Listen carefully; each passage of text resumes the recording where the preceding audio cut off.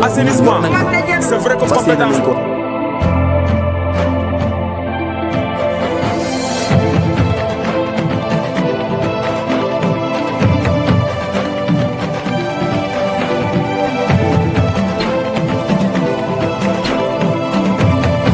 En 2018, quand la loi constitutionnelle avait été votée, nous avions beaucoup manifesté et personnellement j'étais dans la rue,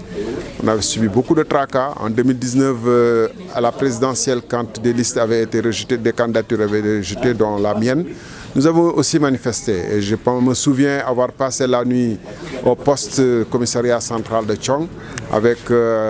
des personnes comme Omar Sarr, comme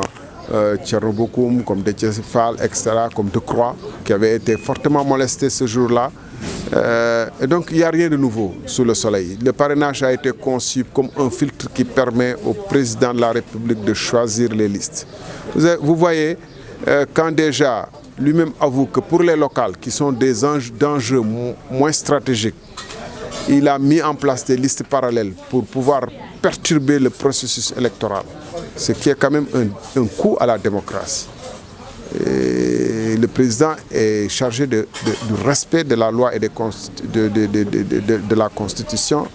et de faire en sorte que leur application soit optimale. Si lui-même fait des entraves à l'expression de la liberté la plus importante dans un pays, le droit des citoyens à choisir leur propre dirigeant pour les locales.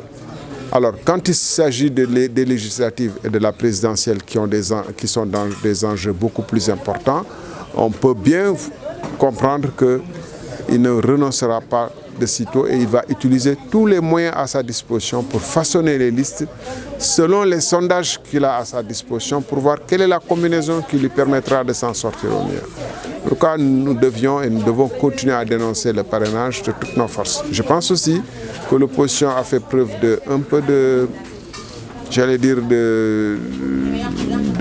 d'absence de vigilance, quoi, parce que quand on discutait la caution, des voix s'étaient élevées pour déjà réclamer la fin du parrainage. Mais parmi les gens de l'opposition, même il y en a qui avaient dit non, il est trop tard pour modifier la Constitution, sachant que la CEDEAO, etc. Or, la CEDEAO n'a jamais dit qu'on ne peut pas modifier la Constitution de manière consensuelle, quelle que soit la date avant les élections. La CEDEAO dit qu'on ne peut pas réviser de manière unilatérale la Constitution 6 mois avant. Donc nous voilà dans une situation où les prochaines élections seront en grande partie décidées par Macky Sall. Donc vous allez combattre le système de parrainage? Mais bien sûr, on l'a toujours combattu. Mais seulement le fait est que aussi, avec l'émergence de certaines grandes coalitions, les gens ont eu le sentiment à un moment donné que la question devenait pour eux subsidiaire. Et que c'est soi-disant les petits candidats qui risquaient d'être recollés. Maintenant, certains semblent se rendre compte que malgré tout, Macky Sall peut bloquer n'importe quelle liste. Sous les mêmes motifs qu'il a bloqué des candidatures valables en 2019 à l'occasion de la présidentielle. Valables. Mais parce que c'est ce qui l'arrangeait. Mais à l'époque, bon, les gens n'ont pas semblé outre mesure s'émouvoir. On est tous rattrapés par nos propres turpitudes. Waaw damay fàttali rek ni que ba ñuy def parrainage bi di changer constitution bi ci 2018 booba dañu defoon ay manifestations yu métti yu tar fan yooyu ñu koy voté man mii ci sama wàllu bopp ak ñeneen ñoom Abdoul Mbaye ñoo nekkoon ci terrain bi ak ñeneen daj nañ ci lu bëri. Ba 2019 ñu déposé candidature yi am candidature lu ñu rejeté ndax parrainage bi tamit defoon nañ ci ay ñaxtu bés boobu maa ngi fàttaliku ba Decroix daj na ci lu ne ba ñu sànni ko ci panier à salade sonal ko man mii jël nañ ma yóbbu ma commissariat central ànd ak ñoom Omar Sarr mi nga xam ne léegi mu ngi ci benn Burok Sow bi ak ñoom Déthié Fall ñoom Thierno Bokoum pour fàttali rek xeex bi dañ ko xeex jour boobu commissariat central Tchong la ñu fanaan 2019 la woon janvier je pense ku xool archive yi daa ko gis donc yàgg nañu xeex la ñu war a xeex waaye dañu xaw a nelaw ñun opposition bi surtout ba ñuy waxtaan ci mbirum caution yeeg yooyu am ñu àdduni nañu war a xeex parrainage bi tamit teg caution peut-être bu delloo caution bi fa mu doon nekk ba pare teggi fi parrainage parce que parrainage day may Macky Sall pour mu tànn ay ñi muy jonganteel seetlu nañu ni ci locales yi rek boo xoolee am na ay liste yoo xam ne moom moo ko teg lu ko waraloon pour mu gën a am chance moom gagné xaajale opposition bi gën a am chance gagné mais bu ko mayee nag pexe yu gën a kawe nga xam ne mun na fexe ba nga xam ne parrainage bi dinañ la seppi sànni fële surtout ñu mu gën a ragal bu boobaa am na nu muy demee dootu ci am lu muy seet donc lu waraloon nag opposition bi xaw a mel ni lu ci nelaw dafa am ñu jàppoon ni ñoom seen doyo ci wàllum coalition yooyu may na leen ba parrainage bi du problème pour ñoom que liste candidat yu ndaw yi ñoo ko nar a jooy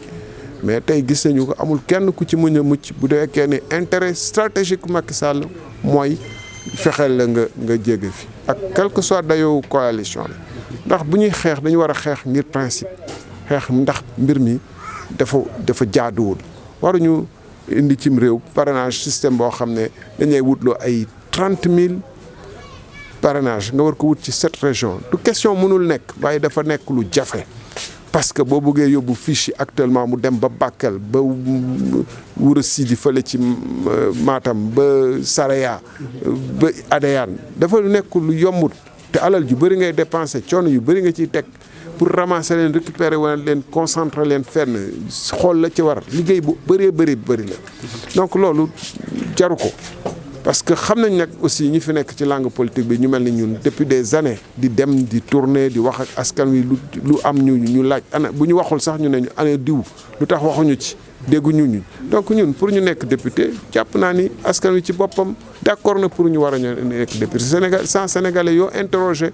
ni est-ce que ñii war nañu mën a bokk ci jongante bi dinañ leen ne war nañu ci bokk lu tax ñu ñuy laaj ay parrainage ci axaan kese ñu ngi leen di gërëm di leen sant.